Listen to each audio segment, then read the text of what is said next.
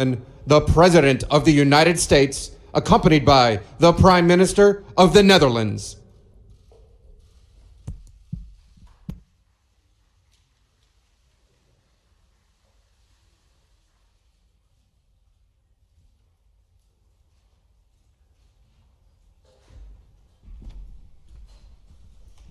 Thank you very much. Thank you. Before I begin, I want to apprise everyone of an incident in the Strait of Hormuz today involving USS Boxer, a Navy amphibious assault ship.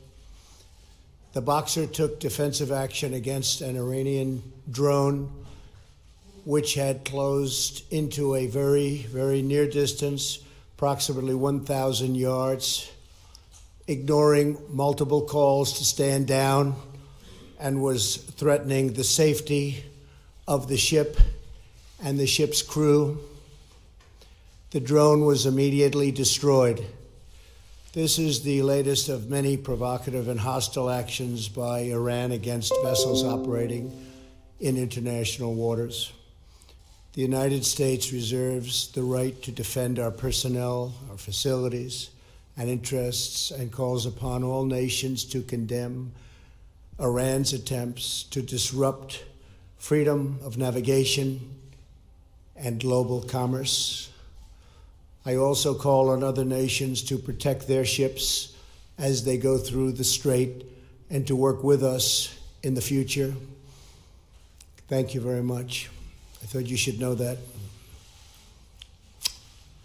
I'm honored to be here with Prime Minister Mark Rutte of the Netherlands. Fantastic country, incredibly successful country. And so many of our Dutch friends who have come with Mark. I want to thank you all for being with us in the East Room of the White House. Thank you all for being here. Appreciate it. Thank you. Thank you very much.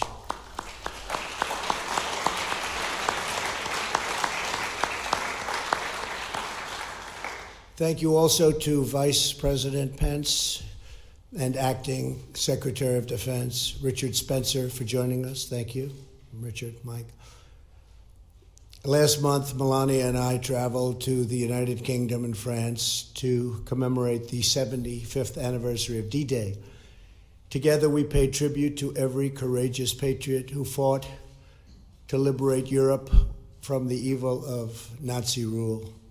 Today, on behalf of the American people, I will receive an American flag that flew aboard a ship carrying the first waves of United States service members to land in Normandy. 75 years after that momentous day, and that is truly a momentous day, one of the most powerful, most important days in the history of our world. It is my honor to welcome this great American flag back home where it belongs. I want to thank the Prime Minister as well as U.S. Ambassador Peter Hoekstra. Pete, thank you. Thank you very much, Peter. You're doing a great job. And Dutch Ambassador Henrik Schoer for being here today and for their devoted efforts to deepen the abiding ties between the United States and the Netherlands. Our relationship has never been closer than it is today. We're also profoundly moved to be joined by several incredible World War II veterans who helped defeat the Nazis and save freedom for all humanity.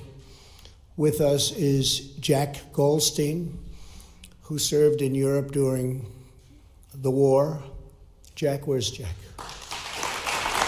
Thank you, Jack. Thank you. Thank you very much, Jack. Along with Stephen Melnikov and Harold Engel, both veterans of the Normandy campaign. Thank you very much, fellas. And they went on to fight in the Netherlands. Thank you, fellas. That's incredible. Thank you, all three. You look great.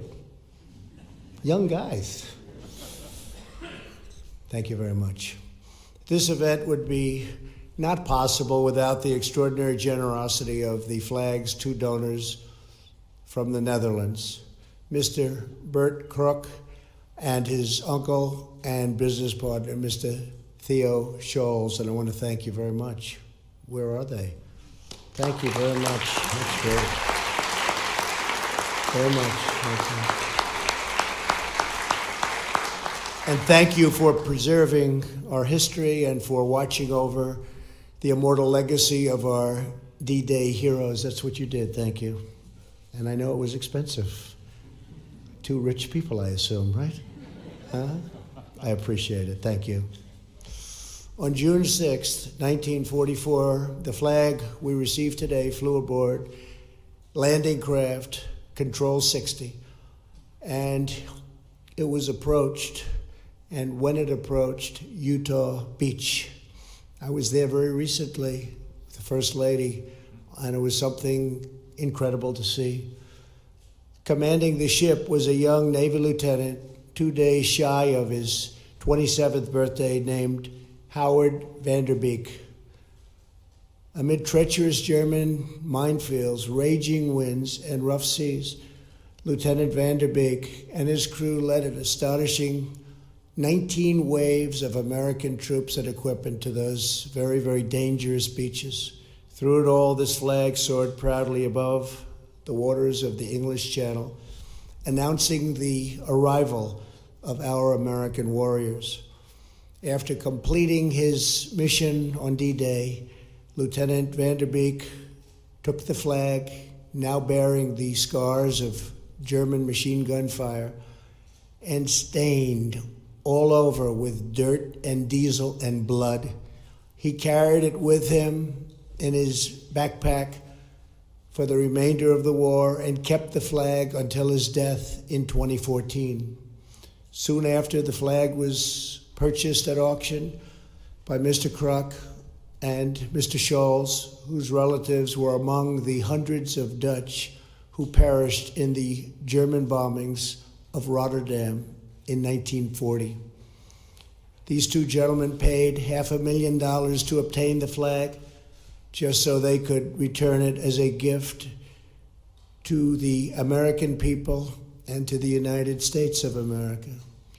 As they explained, they wanted to thank the United States for the extraordinary sacrifice our service members made to liberate their nation and all of Europe in World War II. So nice. Thank you very much. So nice. Thousands of Americans gave their lives on D-Day, and many thousands more gave their lives to drive the Nazis from the Netherlands.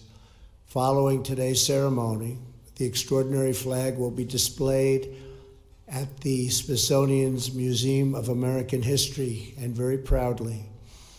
With us this afternoon, our Secretary of the Smithsonian, a friend of mine, Lonnie Bunch. Lonnie, thank you very much for being here. Thank you. And Director of the Museum of American History, Anthea Hartug. Anthea, thank you very much. Thank you. And I know they will take great care of this priceless American artifact. Thank you very much for being here, both. I know they share Mr. Krook's vision for the flag. As he said, it will tell visitors from around the world about the story of freedom. With their help, this wonderful flag will be preserved forever and ever in American history, as it should be. It will always be a reminder of the supreme sacrifice of our warriors and the beautiful friendship between the Dutch and the American people. And now I would like to introduce a very special man, a man I've gotten to know very well during our strong negotiations on trade and our negotiations on the military and NATO and all of the other things we've been talking about for so long, it seems like right now. A prime minister who's very, very popular in his country, a great gentleman. And you're going to say a few words, and then Mr. Krook and Secretary Bunch will tell us more about the treasured gift that they presented us with. So I want to thank you all, and God bless America. Mr. Prime Minister.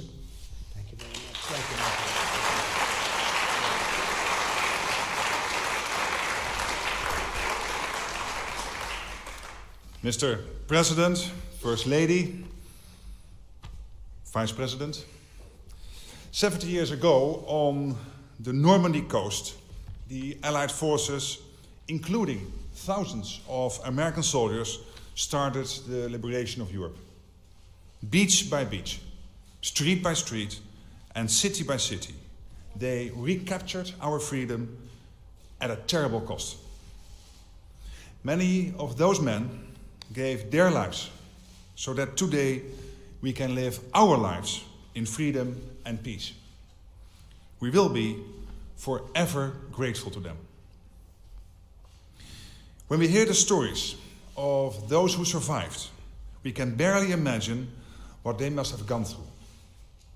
Landing on those Normandy beaches, plowing through the cold water and the thick mud, while countless grenades exploded and machine guns fired. Death, chaos, and terror surrounded them. But despite all this, those brave soldiers managed to stand their ground. They advanced beyond the beaches and eventually liberated Europe from Nazi occupation, country by country. It's impossible to put their courage and sacrifice into words. But this flag we present to you, Mr. President, is a symbol of what can't be expressed in words. The first American flag to reach the coast of Normandy, where it was hit by enemy fire like all those Allied soldiers. This flag survived, and it prevailed. And thanks to Mr. Bert Kreuk, who became the flag's owner, we stand here today to hand it back to you. A symbol of the unique bond between the United States and Europe, a bond that stretches across the Atlantic. It's also a symbol of the close bond between the US and the Netherlands. Our countries stand shoulder to shoulder when times are tough. Centuries ago, the Netherlands was one of the first countries to support the young American Republic striving for independence.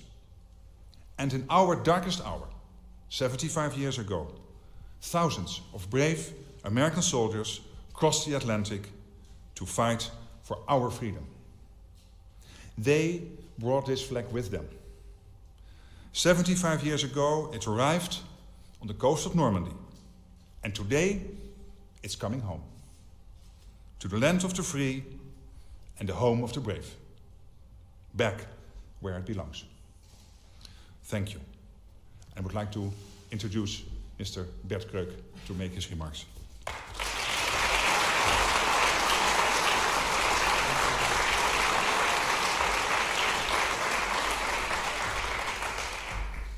Thank you, Mr. President, First Lady, Mr. Vice President, Excellencies, and distinguished guests. It is a rare honor in life, ladies and gentlemen, to be among heroes. I've had that privilege when I became the owner of one of the most important American flags in history. The flag that was hoisted on LCC 60, the leading vessel that on D-Day first reached the beaches of Normandy. With it, I accepted the responsibility for its legacy and its ultimate destination. That's why I feel humbled and grateful to have the opportunity to speak a few words here today. 870 words in a speech of 5 minutes here at the White House. The place where more than 75 years ago, the decision was taken to free Europe from tyranny, a decision that led to the liberation of my country, the Netherlands, and the end of World War II. A war that claimed so many lives, including several members of our family. 870 words to describe the meaning of this flag and the importance of freedom. 5 minutes to remember the victims of war and to honor the sacrifices made by young American soldiers. When they stormed the beaches of Normandy, certain death was waiting for them. But when they faced death, they gave us freedom. A legacy anchored in the lasting awareness that our freedom was not free, but it came at a price, their lives. Lives cut short by heroism and as beneficiaries of their heroism, we grow up and live in democratic and free societies. That is proof of true greatness, the ability to bend history for the future fortunes of nations and that of mankind. That greatness is embodied in this flag, a symbol of inclusiveness that unites us with the knowledge that their sacrifices were made for all of us. Can anyone say thank you in 870 words? No country or person is without challenge, but in the presence of this flag, we know that we are capable to dream, to fight, to overcome, and to succeed. My life, ladies and gentlemen, was one of many challenges. So standing here today was a long shot. But thanks to freedom, my dreams could fly high. Thanks to my uncle and mentor, Theo Scholz, those dreams became a reality. And thanks to the opportunity given to me by this country, I was able to achieve the American dream. How can I say thank you in 870 words? I've progressed in life through many lessons.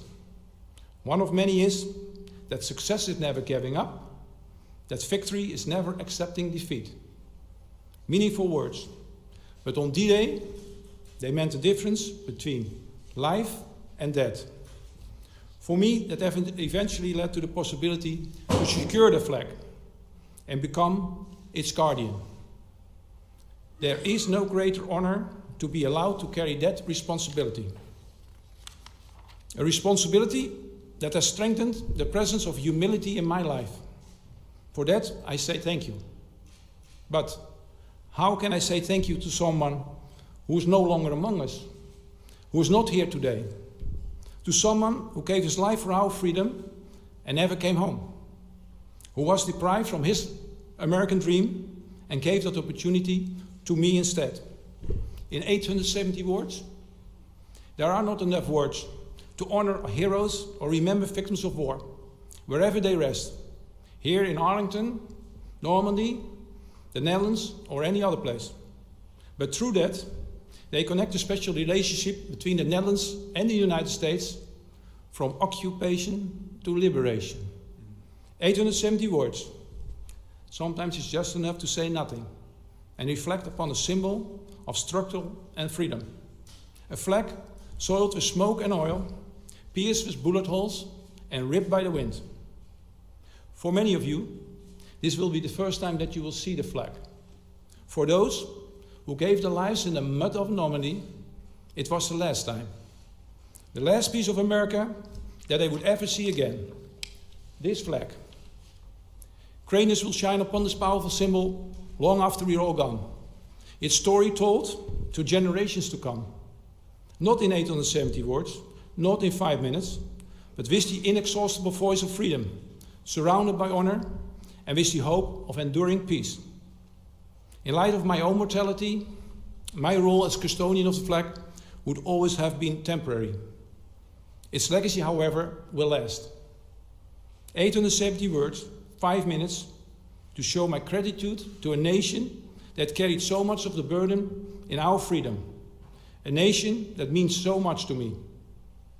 Abraham Lincoln once said, "You cannot escape the responsibility of tomorrow by evading it today." So today, I finish the work assigned to me and retire from an amazing duty, but with one inevitable conclusion: to donate the flag to its rightful place, the United States of America, the country from where it left on its mission to free Europe 75 years ago. So I'm very grateful that President Donald Trump, Commander-in-Chief, is willing to receive this important symbol of freedom and legacy of heroes on behalf of the American people. The flag is home. They are home. Thank you.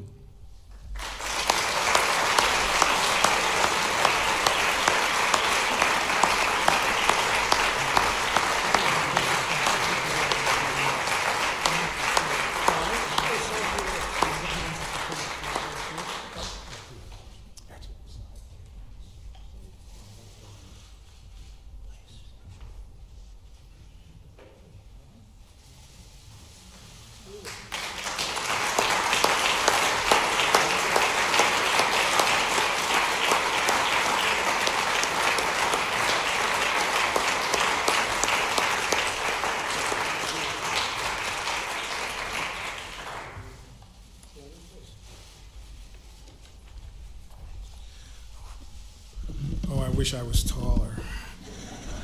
What a wonderful gift this is. President Trump, Prime Minister Rutte, let me begin by thanking you for helping to bring such an important piece of America back to the Smithsonian. I appreciate all the work of the ambassadors from the United States and the Netherlands that really made sure this would happen. But the Smithsonian is greatly indebted to Mr. Crook and Mr. Scholes for the generosity in donating this piece of history. Candidly, one of the goals of the Smithsonian is simple. It is to help America to remember the moments such as D-Day that forever shaped our nation. It is my honor on behalf of the Smithsonian and the Museum Director of the Museum of American History, Anthea Hartig, to accept this flag into the collections of the Museum of American History. The items in the Smithsonian speak volumes about the power of remembering. These artifacts teach us lessons about history and about ourselves. Whether it is the gavel that Susan Anthony used to chair women's suffrage conventions, or the Greensboro lunch counter that students use to demand simple justice, or the Apollo 11 command module that proved that nothing was beyond the creativity and the reach of America. This flag helps all who will encounter it to remember a time when the future of freedom was in doubt. We think so much of Lieutenant Beek, who knew the stakes when he led the vessel that guided the landing craft towards Utah Beach. It's amazing to me he survived the invasion and he became the symbol of the American dream.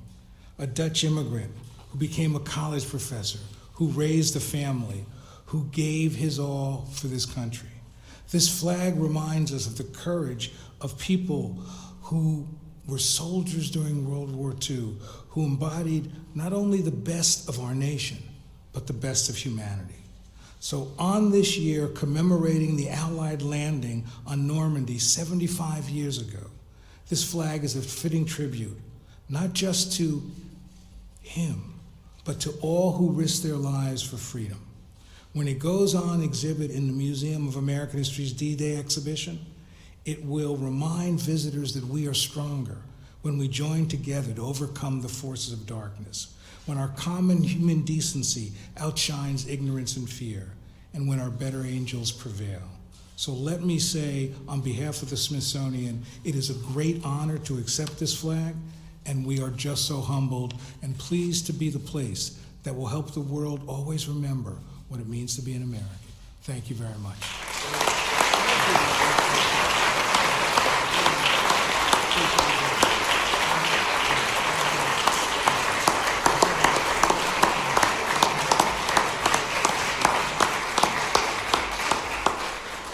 Thank you very much. Well, this is a very important moment. I want to thank you all for being here, and I will see you soon. I'll see you at the museum. Lonnie, thank you very much. Mr. Prime Minister, thank you.